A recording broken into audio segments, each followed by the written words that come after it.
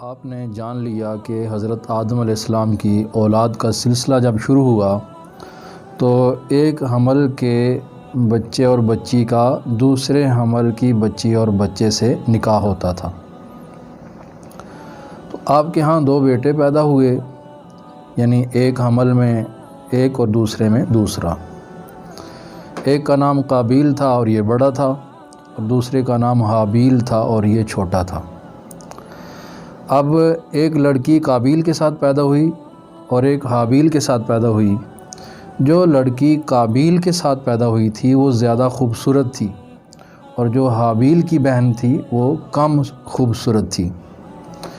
تو اب قاعدہ اور قانون یہ تھا کہ قابیل کی بہن سے حابیل کا نکاح ہوگا اور حابیل کی بہن سے قابیل کا نکاح ہوگا۔ تو قابیل نے اس کا انکار کر دیا۔ اس نے کہا میری بہن خوبصورت ہے اور میں اس کا زیادہ حقدار ہوں، اور تیری بہن خوبصورت نہیں ہے، لہذا تو میری بہن سے نکاح نہیں کرے گا۔ جب یہ معاملہ ہوا تو حضرت آدم علیہ السلام نے بھی قابیل کو سمجھایا کہ اللہ کا جو قانون ہے اس کے مطابق ہونا چاہیے، تو ایسا نہ کر۔ اس نے کہا نہیں، ایسے نہیں ہوگا۔ تو حضرت آدم علیہ السلام نے کہا آپ دونوں قربانی دو۔ قابیل زراعت کا کام کرتا تھا، اس نے گندم کی قربانی دی، اور حابیل بکریاں چراتا تھا، اس نے ایک بکری کی قربانی دی۔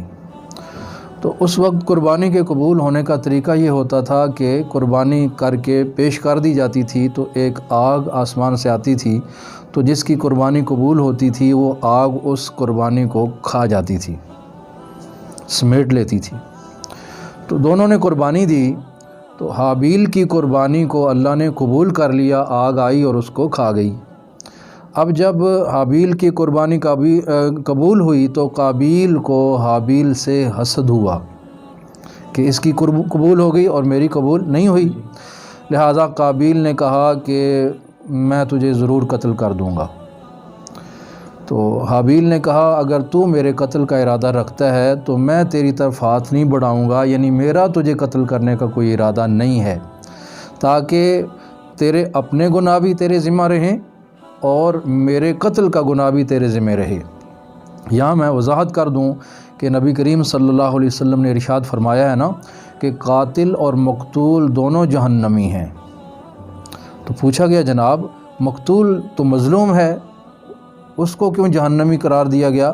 تو آپ نے فرمایا کہ وہ بھی تو قاتل کو قتل کرنے کا ہی ارادہ رکھتا تھا نا، یعنی اگر اس کے دل میں حرص تھی اسے قتل کرنے کی اور اس نے کر دیا تو اس کے دل میں بھی تو حرص تھی اسے قتل کرنے کی، لہذا اس حرص کی بنا پر وہ بھی جہنمی ہے۔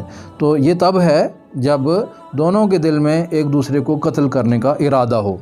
تو وہی بات، وہی قانون پہلے سے ہی شروع آ رہا تھا۔ تو حضرت آدم علیہ السلام کے بیٹے حابیل نے کہا میں کوئی ارادہ نہیں رکھتا تیرے قتل کا، میرے دل میں تیرے قتل کی کوئی حرص نہیں ہے، لہٰذا میرا گناہ بھی تیرے ذمہ رہے گا اور تیرے صاحب کا گناہ بھی تیرے ذمہ رہیں گے۔ تو اس نے اپنا ارادہ ظاہر کر دیا کہ میرا ارادہ کوئی نہیں ہے۔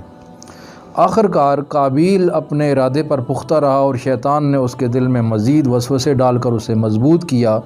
تو حابیل بکریاں چرا رہا تھا، تو یہ آیا تو اس نے حابیل کا سر ایک پتھر پر رکھا اور دوسرے پتھر کے ساتھ اس کو قتل کر دیا۔ اب جب قتل کر دیا تو یہ آدم علیہ السلام کی اولاد میں سب سے پہلا شخص ہے جو وفات پا گیا اور قتل ہوا۔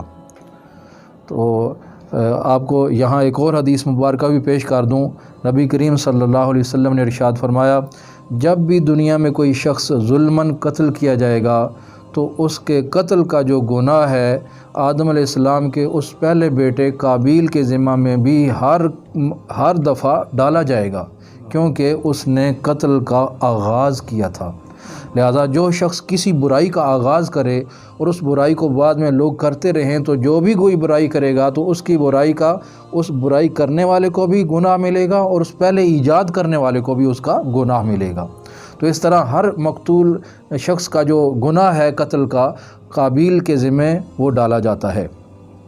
تو اب اس نے جب قتل تو کر لیا لیکن اسے معلوم نہیں تھا کہ اب اس کی لاش کو کہاں کرنا ہے۔